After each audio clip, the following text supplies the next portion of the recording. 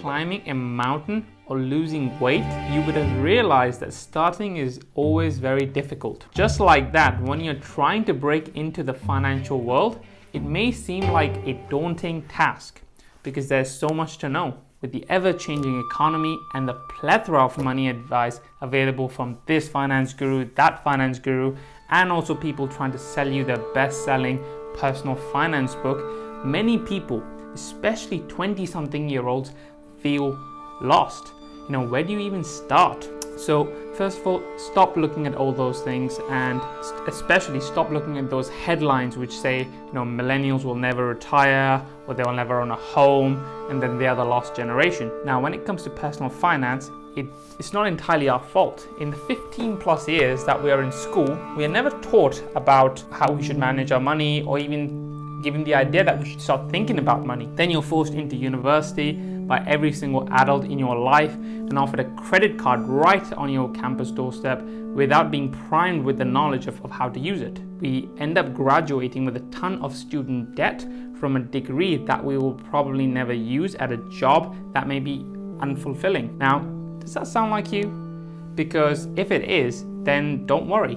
That's like most millennials, and to be honest, there are a lot of people out there who are like that. The good news is that you're watching this video, which means you at least care enough about your future to seek help. And without a direction, many just try not to think about money at all because it's too complicated.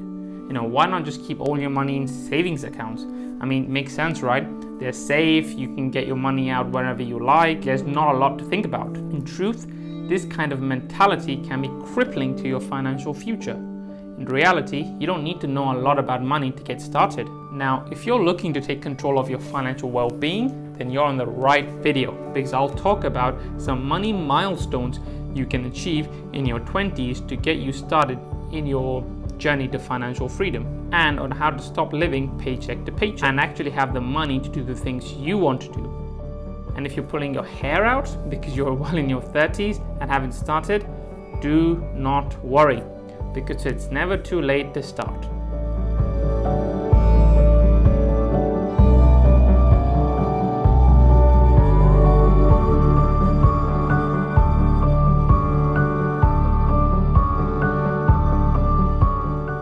Right, first things first, know your digits. And by that, I don't mean know the digits to your crush's phone number or even your phone number.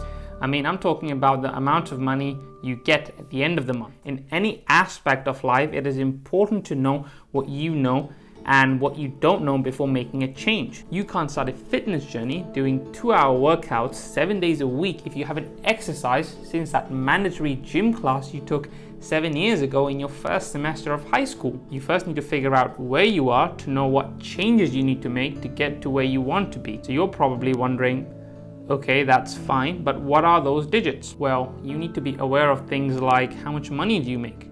What is your income? Not that pretty number you see on the paper, but your actual wages after, taxes, national insurance, student loans, and anything else. How much money do you actually take home? Write that number down on a piece of paper, and this will help you determine how much money you have to play with. Also find out how much debt do you have? How much do you owe? Do you have any student debt, high interest credit cards, a car loan, personal loans, whatever it is, tally up how much debt you have. Now, this number may be scary. Regardless, it is important to look at your current financial situation and what it is. Stare at it straight in the face. Know the cost of your necessities. How much money do you need for your living expenses? Things you need on a day-to-day basis or on a monthly basis. This is your rent, your mortgage, your utilities, phone bills, and groceries.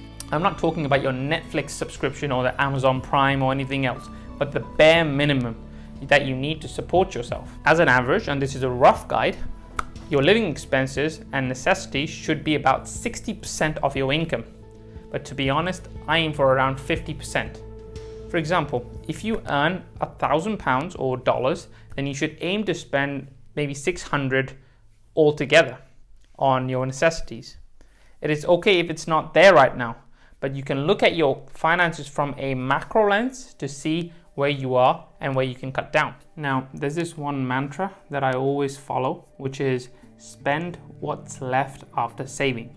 Now, why do I say that? Well, let's say you get paid $3,000 a month, £3,000 a month, whatever, and you end up spending $2,800 on your necessities, which doesn't leave a lot of money to do things you want to do plus save. Now, if you, for example, instead of just spending money right away, save and then spend whatever is left. So let's say from the $3,000 that you get, you first save % of your income, let's say $600 or £600, you're left with $2,400. And then from that $2,400, you can say, right, this is what I have to go with. And then you will, for example, tailor your life around that $2,400 rather than just going on a spending rampage and spending all your money. This way, it's guaranteed that you will save, and this way you will cut down on things that you may be spending too much money on. You could be living in a very expensive area, in a very expensive apartment, and paying way too much rent, and as a result of having this sort of limit, you would realize that maybe you need to move to a cheaper apartment. That way you can limit how much money you spend and also start saving money.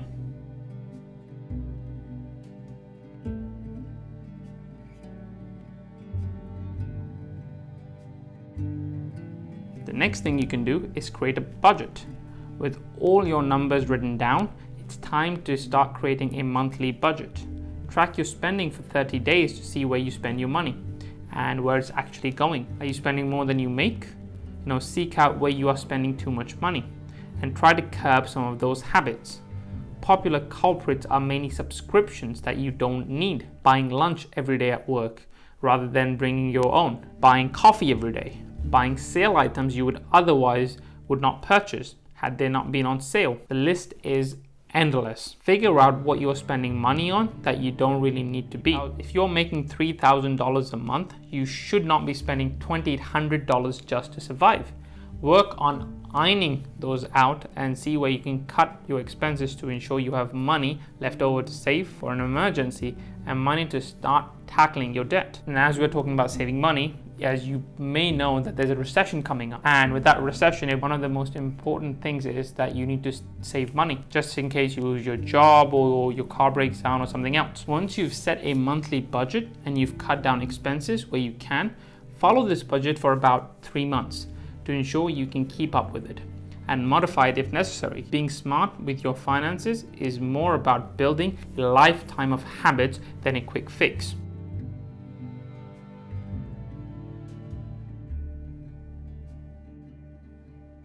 The third thing you need to do is automate your payments. Now that you know where your money is going, you don't need to be focusing on it all day long. You're a busy boss man or a boss lady, and you have plenty of hustling to do that does not involve taking out a calculator, pen and paper every time you get paid. Automate your accounts so your bills get paid automatically as soon as the money hits your account. Put phone bills and other utilities on your credit card so they are paid right away. And here's where you can also throw in your Netflix subscription and use the gift of automation that we have in the modern day world and make it your best friend. Have pre-authorized transfers to your savings account set aside for emergencies like your rent. You want to make it so whatever is left in your checking account is money you have for daily expenses like groceries, gas for your car, and entertainment.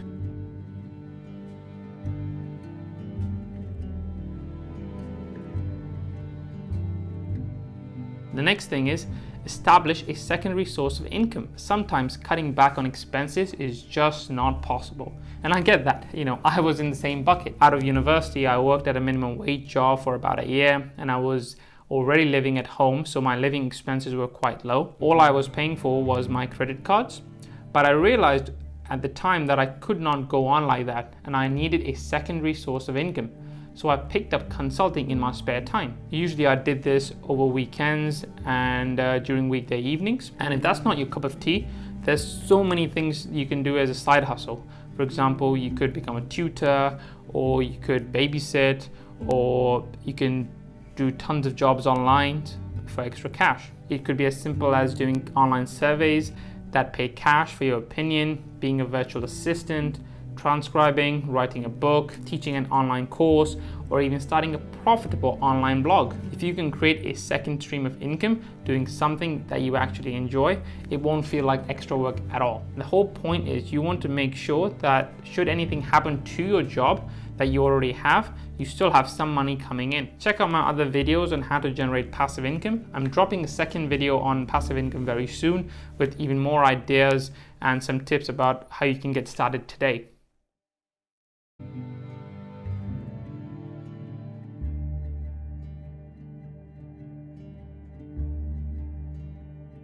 The next thing you want to do is build an emergency savings account, or ESA for short. This is just a regular savings account, but it can be so much more. According to CNBC, most adults are about $1,000 away from an emergency, which can lead to serious debt. So let's think about that. In my personal opinion, I think most people don't even have enough to cover a $500 emergency. And I'm not talking about a credit card. The way things happen these days, it often seems like there's always something that gobbles your money on a monthly basis. Whether it's a card renewal, a flat tire, a broken computer, most people would run up serious credit card debt just to cover themselves, and this should not be the case. An emergency fund is just that. A tuck-away fund that you can build up and not access until it's absolutely necessary. Keep this separate from your regular savings account, and if you can, hold it in a completely different bank than the one you use on a day-to-day basis. So you're not tempted to quickly transfer money to your checking account if you want to go for a night out or something else. Now, I would personally advise to use Goldman Sachs Marcus saving accounts. They're quite new, and no, I'm not getting paid to refer them. It's just that I use them personally, and from what I understand, they offer one of the best interest rates on the market currently, which in the UK is around 1.05% annually.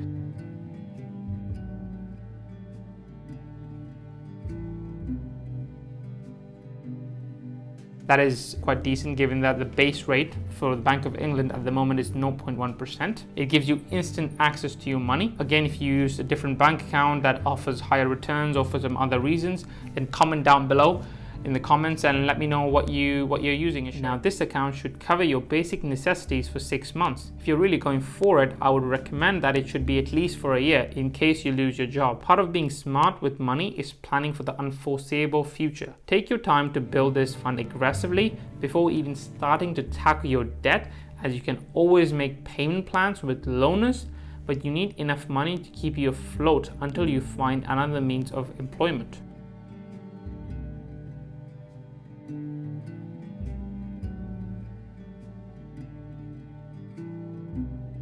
Next is create a debt repayment plan and automate it. Now, let's say you have the emergency fund saved up and you're ready to start making a dent on your loans. Before anything, start by paying the minimum on all your loans. You're trying to get your finances on track, and the last thing you want to do is fall behind and take on even more problems for yourself. A good place to start is with your existing credit card debt. Check out my other videos on how to pay down debt, which are coming very soon.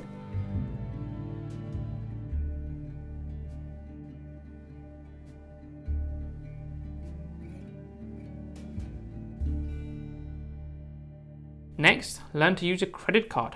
One of the major misconceptions I hear every single day is that credit cards are just like cash. And I completely get that. You use it like cash, but it isn't quite cash. It's better to think of a credit card as a small, convenient personal loan, which is just like any other car loan, mortgage payment, phone plan, credit that you can use for purchases in the way that you cannot easily use your mortgage or put gas in your car. And credit cards are great for convenience, and they do offer great rewards such as cash bags, points on purchases, travel perks, and some form of baggage and purchase insurance. It's best to start off with a simple credit card that will earn you reward points and cash back with no fees. I currently have a credit card that offers 0% for 27 months, meaning any purchases that I make, I don't pay interest on it until the end of the 27-month period. And if I pay all of it off before the 27 months,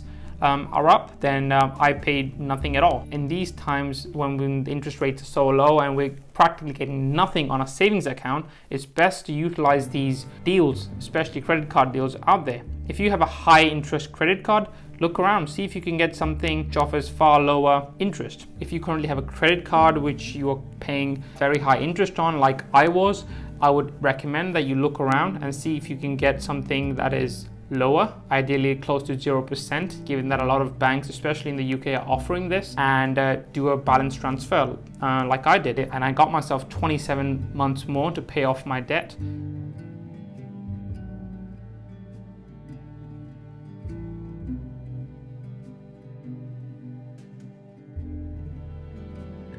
The next thing you should know is what your credit score is and how you can improve it.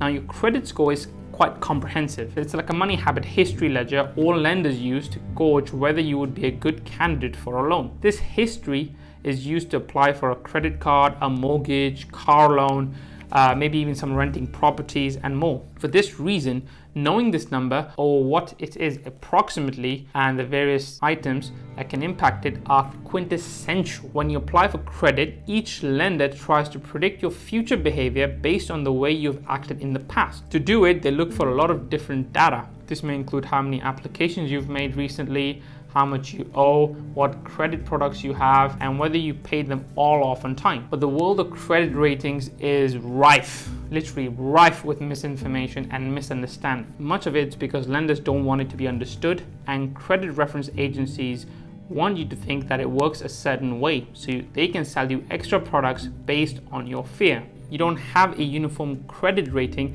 and credit blacklist are a myth. There's no such thing as a credit blacklist. In the UK, there's no uniform credit rating or score, and there's no blacklist of banned people. Each lender scores you differently and secretly. This means just because one lender has rejected you, that does not mean every single lender will do the same. Though I would recommend that after you get rejected for a loan, it's best to check your credit file for errors before applying again. Of course, if you have a poor credit history or had problems, it can feel like you've been blacklisted. To be honest, credit scoring is quite intuitive. Would you lend someone money if they had a poor history of repaying their debts? If you find your score isn't as good as you had hoped, it is always possible to build your credit score by knowing what impacts it. You can negatively impact your score by missing a bill payment, having too many credit products, closing a credit card, opening too many products at the same time, or maxing out your credit products and more. Positive impacts can be paying your bills on time, being sure to use more than 30% of your credit and more. Another trick that you can use, and what I use, is if you book a holiday, for example, pay that holiday on your credit card. And as soon as you've made your purchase, pay that credit card off. Paying through a credit card is quite useful because if that travel agency or airline goes bust, you can call your credit card company and they can recover your money. In your 20s, you want to be especially mindful about your credit rating or score, as when you look to make a big purchase in your 30s, that may be buying your first brand new car or looking to buy that home, having a good rating can be very useful. The next thing you can do is familiarize yourself with money terms.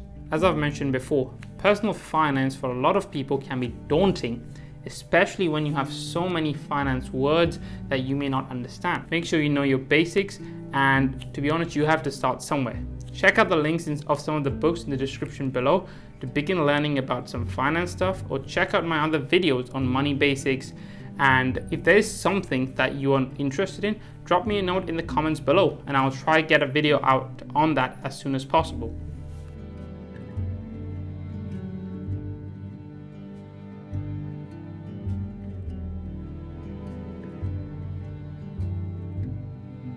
Last but certainly not least, you should have a plan for your retirement. I'm really sorry to be the bearer of bad news, but you won't be young forever. Living on the edge where your finances are stretched won't be as cool in your 50s. Your money is never going to be worth as much as it is today. So you should put some money aside and invest it and give it the time to earn some sweet compound interest, which is simply the point where your money starts to earn you even more money. Starting off younger gives your money more time to grow on itself.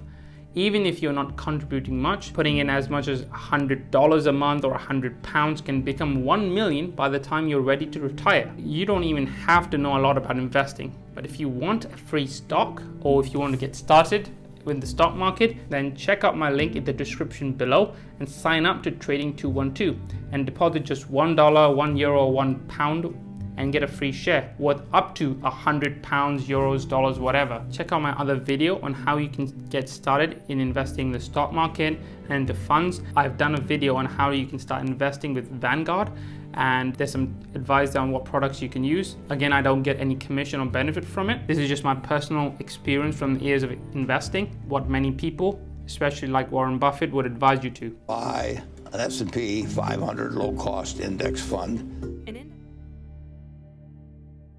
And there you have it. You're on your way to organizing your finances without having to pay some financial expert thousands, literally thousands of pounds to tell you some of the